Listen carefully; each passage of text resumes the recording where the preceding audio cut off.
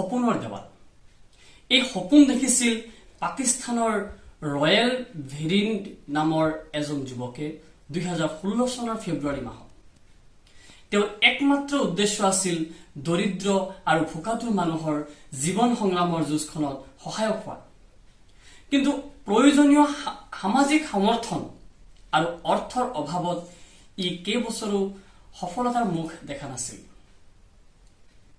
Royal ভেৰিণ্ডে কিছু ব্যতিক্ৰমী কাৰ্যপন্থা আৰম্ভ কৰিবলৈ বিচাৰিছিল।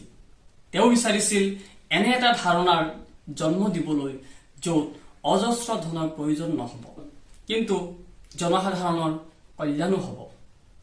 এনে চিন্তাৰে ফচল মানৱতাৰ দেৱাল।